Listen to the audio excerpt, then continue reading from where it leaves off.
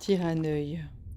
Il suffit d'un regard sur un tyranneuil pour constater la nature infâme et surnaturelle de cette créature. Agressive, haineuse et cupide, ces aberrations considèrent toutes les créatures comme inférieures et méprisables. Elles les manipulent pour le plaisir ou les détruisent quand leur vie leur reprend. Le corps sphérique d'un tyranneuil lévite en permanence et son gros œil globuleux s'ouvre au-dessus d'une large gueule pleine de crocs, tandis que les petits pédoncules oculaires qui s'agitent sur le pourtour de son corps tournent et se contorsionnent pour garder ses ennemis dans son champ de vision. Quand un tyranneuil dort, son œil central est fermé, mais les autres, plus petits, restent ouverts et aux aguets. Les ennemis sont partout, c'est du moins ce que croient tous les tyranneuils. Ces monstres sont convaincus que tous les êtres jalousent de leur intelligence et leur puissance magique, alors qu'eux-mêmes les méprisent en les considérant comme des créatures inférieures, grossières et dégoûtantes. Les tyranneuils suspectent toujours tout le monde de comploter contre eux, même quand il n'y a personne à leur tour. Le mépris qu'un tyranneuil éprouve envers autrui s'étend également aux membres de son espèce. Chaque tyranneuil est convaincu que sa forme est parfaite et que tout ce qui dévie de celle-ci est un défaut qui souille la pureté raciale de son espèce. Les tyranneuils présentent presque tous des différences d'un point de vue physique et les conflits sont donc inévitables. Certains tyranneuils sont protégés par des plaques de chitine imbriquées, d'autres ont une police.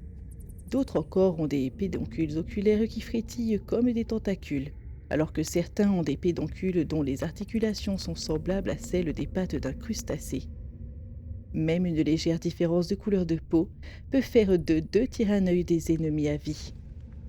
Certains tyranneuils particulièrement xénophobes instaurent un terrible despotisme. Au lieu de vivre dans l'isolement, les bien nommés despotes asservissent leur entourage. Ils fondent et contrôlent de grands empires. Un despote tyranneuil se taille parfois un domaine à l'intérieur d'une grande cité, ou dans ses entrailles et règne sur plusieurs réseaux d'agents qui agissent en son nom. Les tyranneuils ne partagent leur territoire avec personne, c'est pourquoi la plupart se retirent dans des collines glaciales, des ruines abandonnées ou de profondes cavernes afin de comploter. Le tyranneuil se creuse un antre grâce à son rayon oculaire de désintégration et le monstre privilégie donc les passages verticaux reliant des salles superposées. Cette configuration lui permet de se déplacer librement pendant qu'il ralentit les intrus. Si des intrus ont réussi à pénétrer chez lui, la hauteur des plafonds permet au tyranneuil de prendre ses distances en vol, tout en harcelant les ennemis au sol.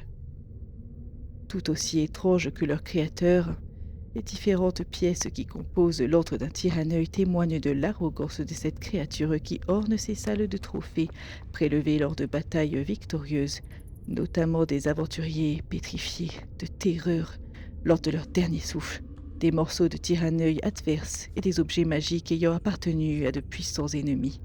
Un tyranneuil prouve sa valeur par ses acquisitions et ne se défait donc jamais volontairement de ses trésors. L'antre central d'un tyranneuil est le plus souvent une grande et spacieuse caverne au plafond haut, d'où il peut attaquer sans crainte d'être acculé au corps à corps. Tir à mort. En de rares occasions, lorsqu'il dort, un tyranneuil rêve de choses bien plus folles que d'ordinaire, notamment d'une réalité dans laquelle il pourrait exister sous forme de mort-vivant. Quand ce rêve lui semble pas trop réel, le tyranneuil peut se transformer et abandonner la chair de son corps pour devenir un tyramore. Ce monstre conserve l'intelligence et la plupart des pouvoirs magiques qu'il possédait de son vivant, mais c'est désormais sa nature de mort-vivant qui assure son existence. Un tyramore est un crâne massif et nu. Dans ses orbites vides brillent deux petits points de lumière rouge. Ses pédoncules ont disparu. Les 10 yeux spectraux lévitent au-dessus de son crâne et observent toutes les directions. Le tyramore regarde autrui de haut comme il le faisait de son vivant. De plus, le pouvoir de l'œil central qu'il possédait en tant que tyranneuil et lui permettait de supprimer les énergies magiques est remplacé et lui permet désormais de transformer ses esclaves et ses ennemis en serviteurs morts-vivants. Les zombies créés par un tyramore sont utilisés puis délaissés en fonction de ses besoins. Il monte la garde aux entrées de son antre ou protège ses chambres fortes pleines de trésors. Les zombies servent d'appât ou de soldats facilement remplaçables. Ils peuvent occuper des ennemis puissants, le temps que le tyramore retrouve une position idéale pour les détruire. Un tir à mort en accord avec sa nature de mort-vivant devient une véritable arme de guerre. Motivé par le pouvoir et la sécurité, il s'attaque aux communautés d'humanoïdes, détruit toutes les créatures rencontrées de ses rayons oculaires et les relève ensuite pour rassembler une armée de morts-vivants. Si on le laisse faire, un tir à mort peut décimer l'entière population d'une cité en quelques semaines, puis tourner son regard de mort-vivant vers d'autres objectifs de conquête toujours plus ambitieux. Et chaque communauté décimée en chemin permet au tir à mort de grossir les rangs de ses armées de zombies. Un tir à mort ne respire pas, ne mange pas, ne boit pas et ne dort pas.